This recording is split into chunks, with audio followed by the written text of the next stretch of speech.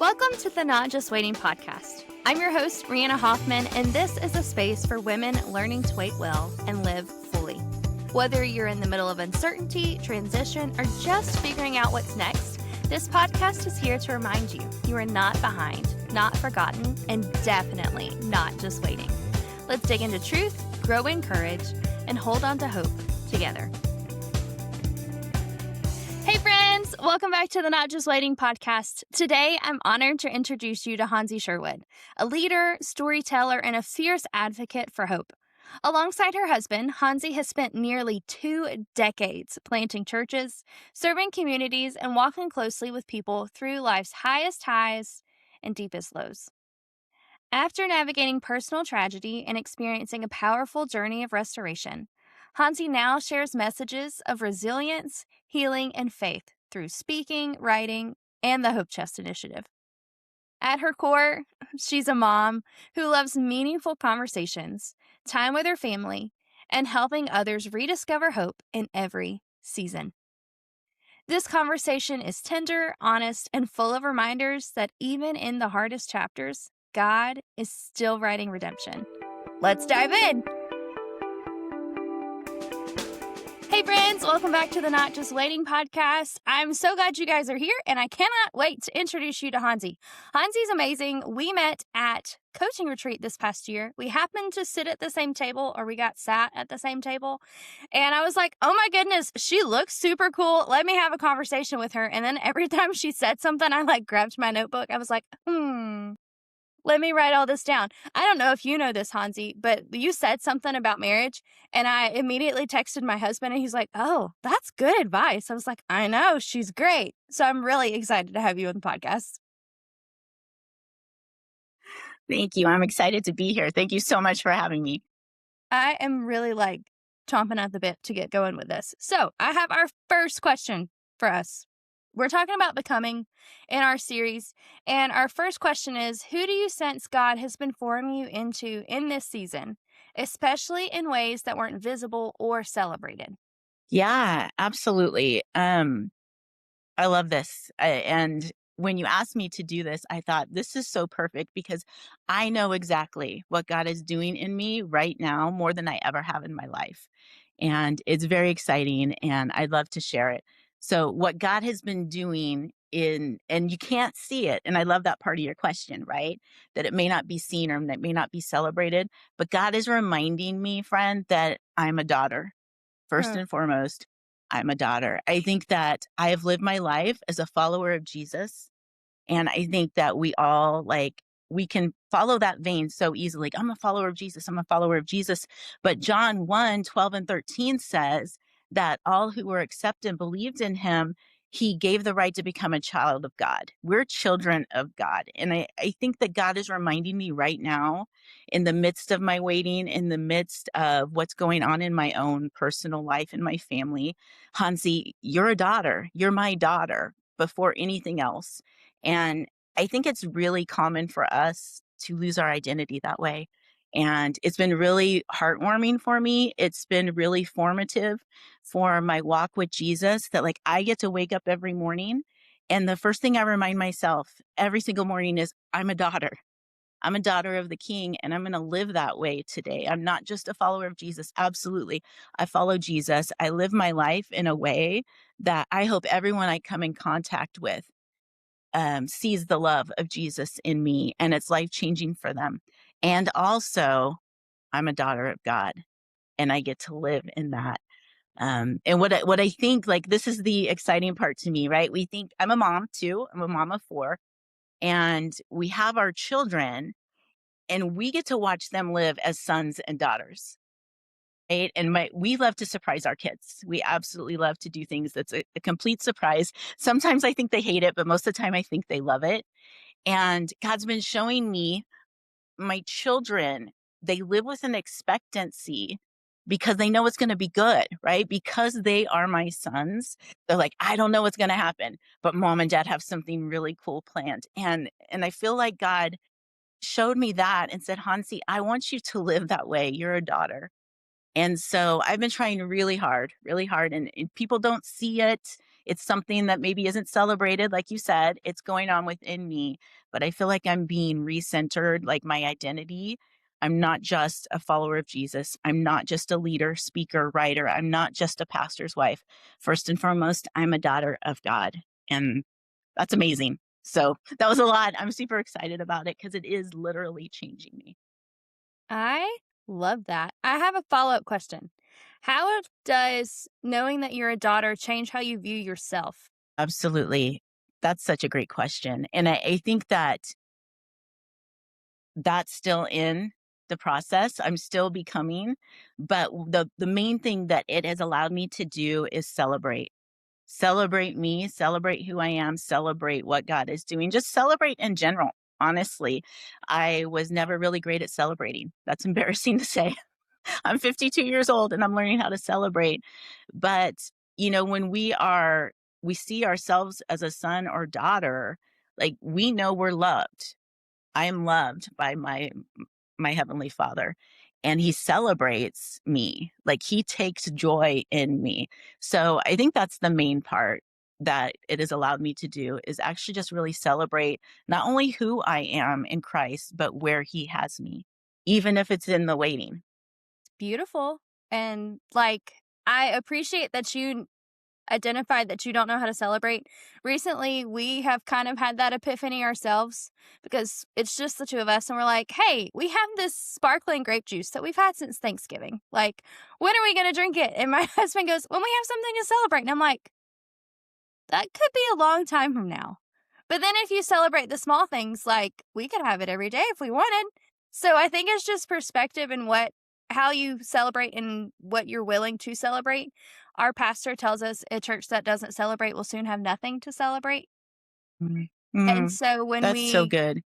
I love that. And, honestly, I can't take credit for just like God doing that in me alone. Like God really used my friend Nicole Zasowski. And I think I might have mentioned this book to you at the retreat, the What If It's Wonderful book. Mhm. It really just changed my whole thought process around celebration because God's people celebrated whether or not they had something to celebrate, right? They celebrated in a rhythm of celebration. And so I love what your pastor said. That's really, really cool, and it's on my wish list. I put it on my Christmas list to get, my mom to get me for Christmas, and she didn't, so maybe she'll have to get it for me for Easter. But we will link that book below so that our friends can click on it. I have another question for us today.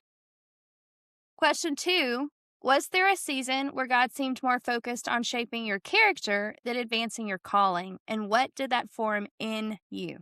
Yeah, I have a lot of those seasons. I really do. But I feel like one really speaks to me more than the others. We've had seasons of waiting. We've waited through trial, we've waited through heartache, waited through infertility, waited for healing, waited for all kinds of things. But a time where God, looking back, isn't this interesting? Like in the middle of it, we don't always know that God's more interested in shaping who we are. We don't see what's going on clearly, but looking back, there's a very specific period where I can say, God absolutely was shaping me. And it was during my second child's adoption, my daughter's adoption. I was 29 years old, pastor's wife. We were in the middle of this really ugly adoption process, actually. And we had months and months of waiting to see if she was going to be ripped from our home. She had come home as a newborn, and 9 months later, we find ourselves in court.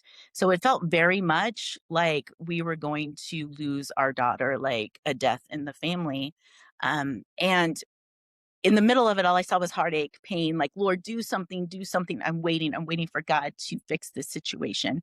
But this is what God was doing in me. I would pray daily, like, God, save my daughter, save my daughter at the bedside. I had a toddler. My oldest was 2. My daughter was 6, 7, 8 months old, heading up to being 9 months old. And I would daily be at the bedside praying, God, save my daughter. And then something changed in me.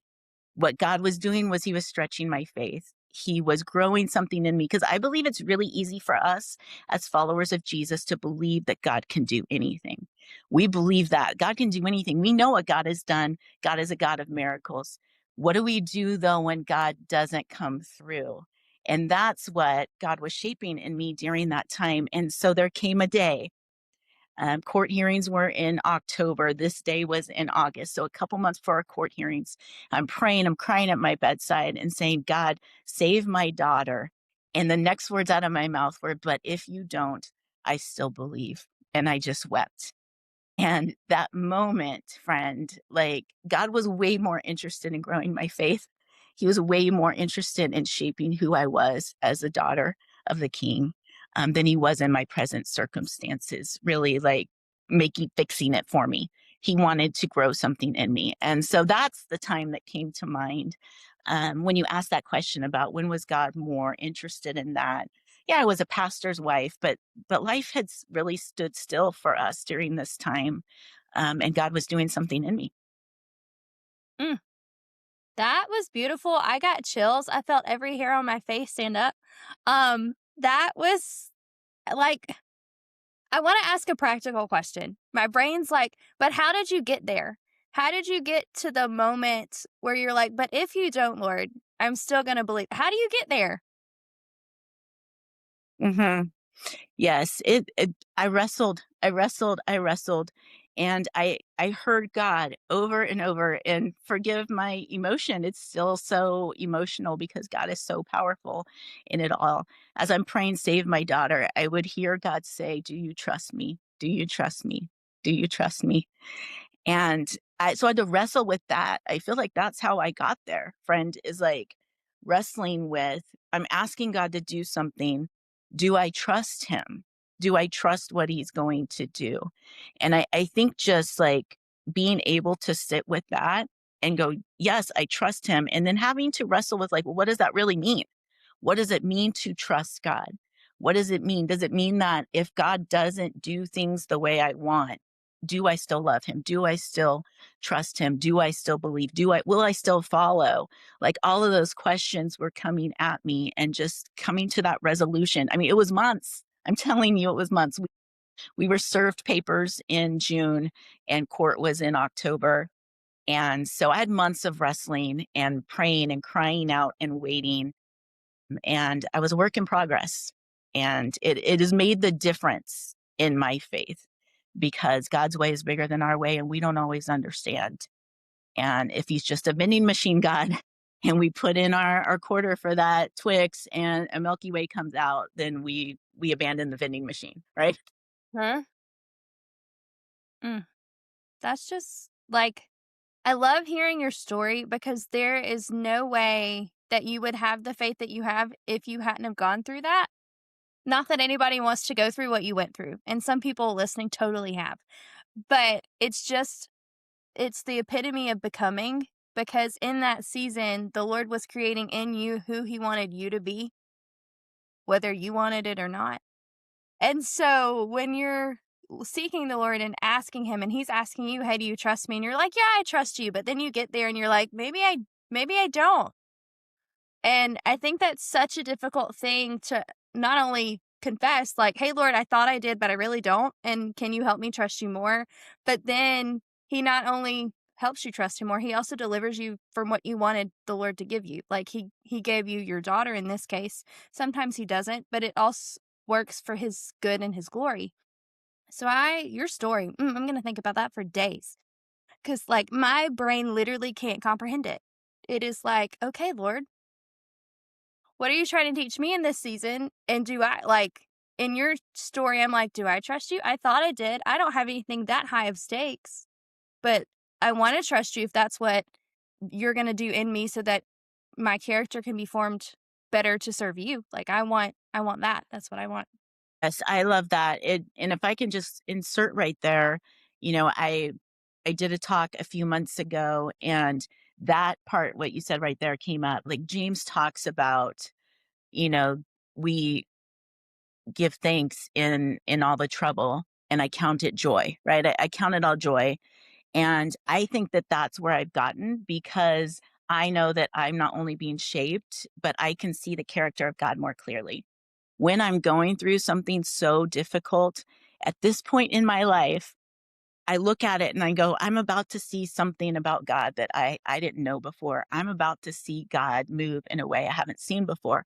I get to know some of Jesus that I haven't known yet. And that makes me really excited. It makes me really happy because so be it. Like if this is what it takes, I also think that trust thing that we talked about. I read this much, much later in my life. In fact, I read it just probably 5 years ago. But Jennifer Dukes Lee said something that just permeated my soul, and I say it all the time when I'm praying. I'm talking to the Lord. I'm praying through a situation that right now we're in and we're waiting. She says we trust a love greater than our own. And I think that's where I landed. I didn't realize that those were the words I was articulating in my heart back when I was 29 years old and my faith was growing. But I think I landed at that. That's where I was, where I was like, God, I know you love my daughter so much more than I ever could. God, I know you love us so deeply, and your love is so much greater than mine. So I'm going to trust a love greater than my own. And even if you don't save my daughter, I still believe. Just wild. And I love it. And I love getting to hear your It's God. story. Yeah, it is. And I think that's my favorite part of this conversation so far is because I've gotten to see the character of God in ways that I haven't experienced myself. But you testifying to his character is building faith in me because if he can do it for you, why can't he do it for me? Hey, friend, before we continue, I want to share something that I created for those of you who are in a waiting season right now. If you're waiting on clarity, direction, healing, or a next step, and you're tired of feeling like this season is just something to get through, I made a companion resource called the Guide to Becoming. It's a scripture-based reflection guide designed to help you stay rooted, honest, and present while you wait. Not to rush forward, but to help you notice who God is forming you to be right here.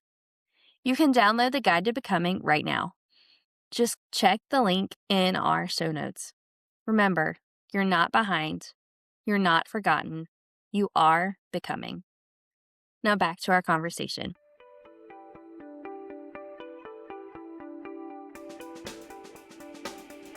Question number 3 for us today.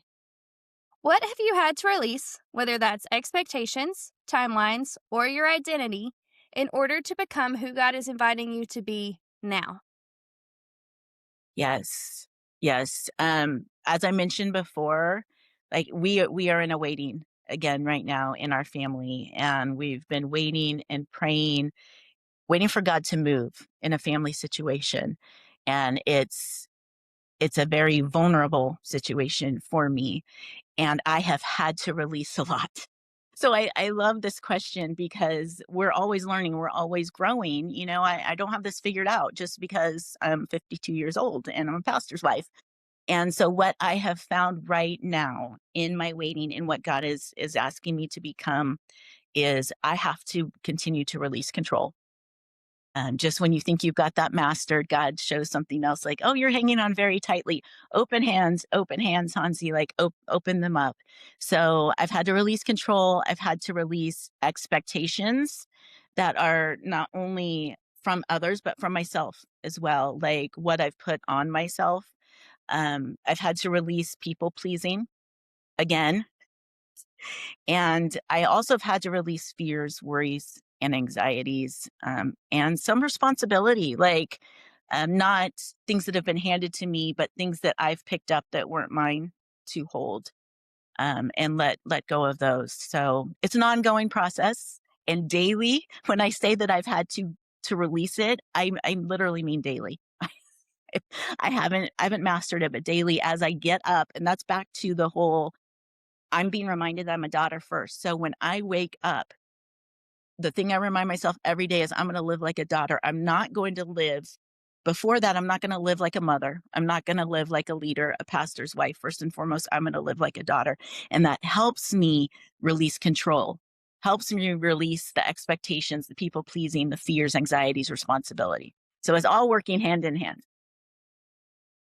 Love that because you react differently when you're a daughter versus in charge of everyone. So, like, when I go to my mom's house and I sit on her couch, I don't have to wash the dishes. I don't have to cook dinner. I don't have to do laundry. I don't have to do every chore known to man. I know really all she wants is for me to sit on her couch and for her to like hug me and be in her presence. That is what she wants from me. Versus when I'm a wife and a leader and a podcaster and the world's favorite aunt, I have my job description is a little differently. I have to cook and clean and wash and take care of people and make sure people survive and do all of the other things, and I don't necessarily get to sit in the presence as long because I'm worried about the 8 million other things I have to do. Versus when I'm a daughter, my literal goal at my mom's house is to sit and exist in her presence. That is what she wants the most. And I love that you get to reframe that every morning Yes. of first thing I'm daughter and then I'm everything I else. I love that. I love that so much. That's exactly what God is showing me. Is like just be, just rest. Like I just want to be with you. And we do live it out differently. Your example of going to your mom's house is a perfect example. We show up differently. We show up ready to be a daughter. Yeah, absolutely. Mm. And now I'm going to start thinking about that first thing before I get out of my bed. Thank you, Hansi. Yes. Yes. So, here on the podcast, we talk about waiting a lot. That's in the title. And so we talk about active waiting versus passive waiting. Rihanna's version of passive waiting is sitting on her couch and eating peanut butter cookies and watching Netflix because who doesn't want to do that for hours and hours and hours on end? It's not helpful. It's not super healthy. I can watch like a couple episodes, but then I need to get up and do something. So we've been talking how active waiting is doing something, doing the next right thing, whether that's writing a blog or texting someone or leading a Bible study or doing whatever the Lord tells you to do, even if it's weird and awkward. So in your season right now, how are you waiting well? Yes. I love that active passive waiting thing that you described because what I want to add to that is like God is leaving it up to us, right? The waiting is happening. He's a gentleman. He's not going to force us to wait well or be active in our waiting. We can choose those cookies and the Netflix. And so it is a choice. That's the first thing. Like we have a choice if we're going to actively wait or passively wait.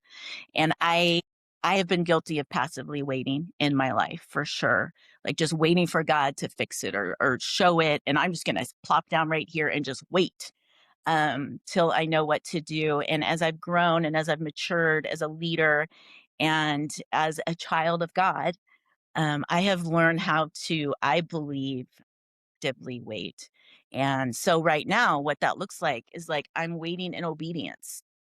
I'm choosing joy in my waiting. I'm choosing celebration because my joy and celebration does not depend on my circumstances. I have joy, the rights to joy and celebration because of the presence of Christ. So I do that. I'm waiting in worship. I also have been working a lot on renewing my mind while I'm waiting in this situation that's been ongoing in our family. I'm like, okay, what can I do about my thoughts? What can I do about my worries? Like I need to just like take captive this thought, that thought. What am I gonna do with it? So I'm renewing my mind. I also think that I'm waiting with expectancy instead of expectations this time around. Again, that's all because I truly believe that God is reworking that. Like, you're not just a follower of Jesus, you are my daughter. And what that means, again, like if I'm waiting as a daughter, I'm waiting going, "Oh, I wonder what my dad's gonna do," you know? And so I think that I'm waiting really well in this season compared to others because I do have expectancy that God's gonna do something and his love is greater than mine, so I know it's going to be good. And then the last way that I think I'm waiting actively is God's been taking me on this journey, if you will, the last 5 years. Um, of this hope chest idea. And that's actually what I've been doing, the work I've been doing is hope with Hansi, like filling the hope chest because I realized, Rihanna, that I I spent my life like filling my hope chest with things that just made it really cluttered. And it was filled with lies and kind of just garbage. And God had me re-examine that. And so I've been using this waiting time to really fill my hope chest with truth and with expectancy and with love. And what are those things that while we're waiting, that our hope chest is filled with this stuff, we know where to go. We know how to wait actively and to grow and to learn and be better. And so that's how currently I'm waiting actively. I absolutely love it because it's everything you just said is very practical. Most of it was a choice. Like you're choosing to take your thoughts captive. You're choosing to have joy amidst your circumstances. And it's not like it's hard. I'm not saying it's not hard, but it's simple. The things you're choosing to do are simple things that each and every one of us can do, but it's also a choice. We're having to choose to pursue the Lord and what He has for us instead of sitting on our couch and eating peanut butter cookies. So, thank you for sharing that with us. Is there Yeah. anything else that you want to share with our listeners today? I think I would just sum it up with hope.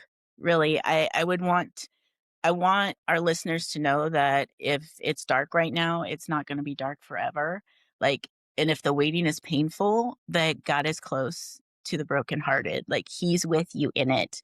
I know I've been there. I've been in the painful waiting, and I would just want them to know that they're loved, that they're treasured, and that they're a daughter of the King. And I think lastly, I would want you listeners to start filling your hope chest. I love that. Hansi, where can we connect with you outside of the podcast? I am on Facebook and Instagram, Hope with Hansi. And then also I have a website. It's hopewithhansi.weebly.com. And I'd love to hear from you. Perfect. Perfect. I'll link all of that in our show notes. So if friends are like, how do you spell all of this? I got you. Just look in the show Yes. notes and click the link. It has been a joy and a privilege. This has been such a good conversation. Like, I feel like I need to go grab my journal and like process some of the things you just said because it's just if you spoke to nobody else, it was me today. So I appreciate you. And thank you so much for jumping on with us. Thank you, Rihanna, so much for having me. I appreciate you. You're amazing. So, friends, if you haven't already, go follow Hansi and tell her thank you for jumping on the podcast. And we'll see you guys next week. Bye, friends. Thanks for listening to the Not Just Waiting podcast. I hope today reminded you that even in the in-between, God is working and you are not alone. If this episode encouraged you, would you share it with a friend?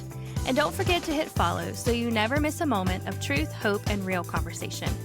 You can find me on Instagram at rihanna.ivy.hoff and join the community over on Substack for deeper reflections and weekly encouragement. Until next time, take heart, friend. God is in the waiting with you.